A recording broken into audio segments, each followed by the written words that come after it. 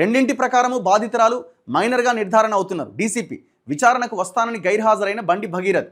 ఇప్పుడు ఏమైపోయిందంటే వీళ్ళు ఈ క్రైమ్ పిటిషన్లో బండి భగీరథ్ పేర్కొన్నది ఏంటి అంటే ఆయన అడ్వకేటు 2021లో ఒక accident case, rash driving case అయితే అమ్మాయి వయసు అక్కడ 15 సంవత్సరాలు అని చెప్పారు. కానీ అక్కడ ఎక్కడ ఆ ఛార్జ్షీట్లో అమ్మాయి డేట్ ఆఫ్ బర్త్ లేదు, 15 ఏళ్ళు అని చెప్పింది. అక్కడ 15 ఏళ్ళు అని చెప్పడం వల్ల ఈ 2026కి వచ్చేసరికి ఆమె ఏజ్ 19 ఏళ్ళు దాటుతుంది. సో కాబట్టి అమ్మాయి మేజర్ అనే ఒక్కొక్క లైన్ పట్టుకున్నారు. కాకపోతే ఆ ఛార్జ్షీట్ చూస్తే, ఛార్జ్షీట్ క్రైమ్ పిటిషన్లో ఉంది, ఆ ఛార్జ్షీట్లో ఎక్కడ అమ్మాయి వయసు లేదు. ఇప్పుడు జనరల్గా యాక్సిడెంట్ జరిగింది అనుకోండి, ఫర్ ఎగ్జాంపుల్ పోలీసులు విచారణ చేస్తున్నారు, బాబు నీ వయసు ఎంత అంటారు, 20 ఏళ్ళు, 30 ఏళ్ళు, 35 ఏళ్ళు, ఏదో ఒక నెంబర్ చెప్తాం మనం. సో అట్లా అది రాసుకున్నట్టు కనబడుతున్నది. డేట్ ఆఫ్ బర్త్ ఎక్కడా లేదు, అంటే డేట్, మంత్, ఇయర్తో పాటు ఎక్కడా అందులో మెన్షన్ చేయలే. సో నిన్న ఈ అంశం పిటిషనర్ ఎవరైతే అమ్మాయి తరపు అడ్వకేట్ వాదిస్తున్నప్పుడు నిన్న ఆర్గ్యుమెంట్లో వాదిస్తున్నప్పుడు జడ్జి కూడా దాన్ని ఏకీభవించారు. అక్కడ డేట్ ఆఫ్ బర్త్ లేదు, దాన్ని ఎట్లా పరిగణలోకి తీసుకుంటామని జడ్జి కూడా దాన్ని ఏకీభవించారు. ఇప్పుడు ఏది ప్రామాణికమైంది? Matriculation 10th class certificate ప్రామాణికమైంది.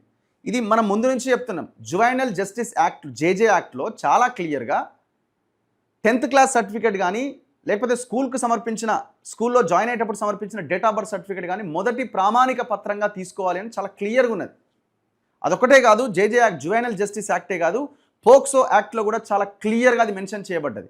అదొకటే కాదు, హర్యానా అండ్ యూపీకి సంబంధించిన ఒక 2 కేసెస్లో కూడా ఇదే అంశాన్ని కోర్టు చెప్పింది.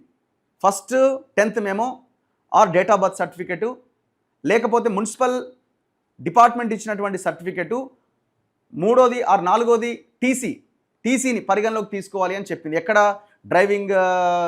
ర్యాష్ డ్రైవింగ్ చేస్తే అందులో చెప్పినటువంటి డేట్నో ఇంకోటో చెప్పలే, అది అసలు చెల్లుబాటే కాదు. కానీ వాళ్ళకి ఏ ఆప్షన్ లేక ఆ అంశాన్ని పెట్టి కొంత కాలయాపన చేయడానికి పనికొచ్చింది. కానీ అల్టిమేట్గా వాస్తవం అట్లే ఉంటుంది కదా. ఏముందండి, మనం ముందు నుంచి చెప్తున్నారు, 10th మెమో తెచ్చాడు, సబ్మిట్ చేస్తే అయిపోతుంది. పీపీ అది చేయడంలో, గవర్నమెంట్ అది చేయడంలో ఫెయిల్ అయింది.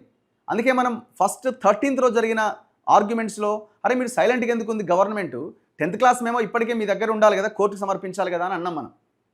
మొత్తానికి నిన్న ఆ 10th క్లాస్ మెమోని సబ్మిట్ చేశారు. పీపీ చాలా స్పష్టంగా నిన్న జడ్జి ముందు చెప్పారు, అమ్మాయి వయసు ఇప్పటికీ ఆ 10th మెమో ప్రకారం చూస్తే 17 సంవత్సరాల 9 నెలలని.